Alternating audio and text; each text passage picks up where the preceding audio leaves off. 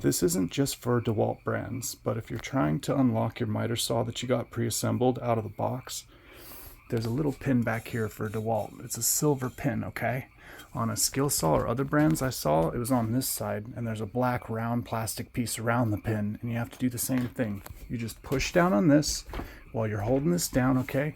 You go back here, grab that pin, pull it out, and let it up, but apply pressure as you're letting it up. Don't just let it swing up, because this arm, if you just let it up, it'll swing up and slam up, and that's not good. If you're going to travel, you know, and you're going to move it, go ahead and put it back down, okay? Then push that pin back in.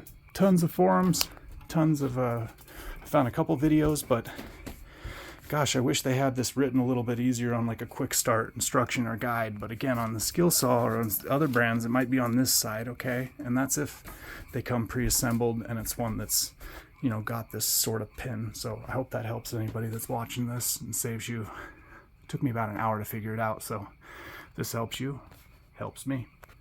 Make sure and share and subscribe. And thanks for watching.